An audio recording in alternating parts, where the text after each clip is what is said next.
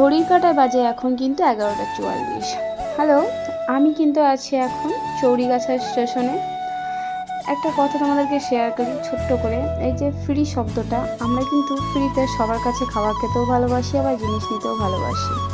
তাই আজ কিন্তু আমি তোমাদেরকে ফ্রিতে আজ আমি কিন্তু ঘর পাচ্ছি মুখ্যমন্ত্রীর কাছে, সেটাই আজ আমি কিন্তু তোমাদেরকে তুলে ধরলাম। আমি ছিলাম কিছুক্ষণ আগে চৌরিগাছা স্টেশনে, চলে আসলাম কিন্তু টেনিয়া স্টেশনে। বাড়ি এসে দেখছি যে এই যে মুরগির ছাল রান্না করছে। তো কি করব, গরম গরম মুরগির ছাল, তার সাথে ভাত। সত্যি আমার কিন্তু মাংসর থেকে এই যে মুরগির ছাল রান্নাটাই অসাধারণ লাগে খেতে। আর আমার কথা যদি না বিশ্বাস হয়, তোমরা কিন্তু অবশ্যই ট্রাই করতে পারো। দেখতে পাচ্ছ এখানের কালারটা এতটাই সুন্দর হয়েছে। এটা কিন্তু ঝোল করে খাওয়ার থেকে এরকম কষা কষা কিন্তু বেশ দারুণ লাগে। যাই হোক, দুপুরে কিন্তু ভাতের সাথে খাবো, ওই জন্য একটু হালকা ঝোল হবে। আর এই যে কত তেল বেরিয়েছে দেখতেই পাচ্ছ। মশলা কিন্তু খুব বেশি লাগে না, তেলও লাগে না।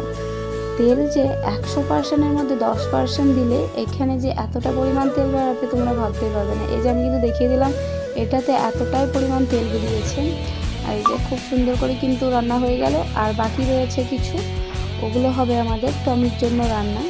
আর এগুলো কিন্তু আমরা খাবো। আর টমিকে একদম মশলা ছাড়াই দেওয়া হয়। আর আমরা কিন্তু এখানে একটু ঝাল মশলা না দিলে এগুলো তো ভালো লাগবে না, এই ছাড়টা।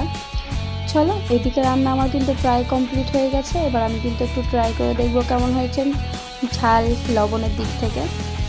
আর শেষ দিকে আসছে কিন্তু বাড়ির ছাদ ঢালাই। এই যে বিনামূল্যে ঘর পাওয়া, বিশেষ করে সরকার থেকে ঘর পাওয়া, তাই এখন ছাদে এখন পুজো দেওয়া হচ্ছে, মিষ্টি জল দেওয়া হচ্ছে। প্রথম ঢালাই কিন্তু এটা করতেই হয়। চলো, ভালো লাগলে